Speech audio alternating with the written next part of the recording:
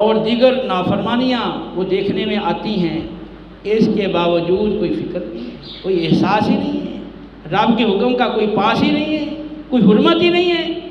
کہ ہم ان کو سمجھائیں، ان کو روکیں، ان کو احساس دلائیں، ان کی صحیح تربیت کریں، صحیح راہ پر چلائیں۔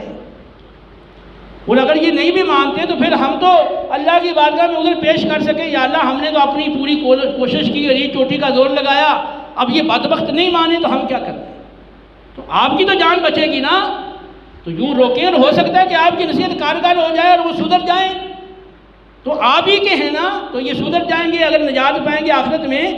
تو اس سے آپ کا بھی دل خوش ہوگا، اور ان کے ساتھ خیر خواہی کا تقاضا بھی یہی ہے۔ تو ایک قوم نے کہا، ان میں سے ایک گروہ نے کہا کہ تم انہیں کیوں روک رہے ہو، کیوں نصیحت کر رہے ہو؟ اللہ تو ان کو ہلاک کرنے والا اور سخت ترین عذاب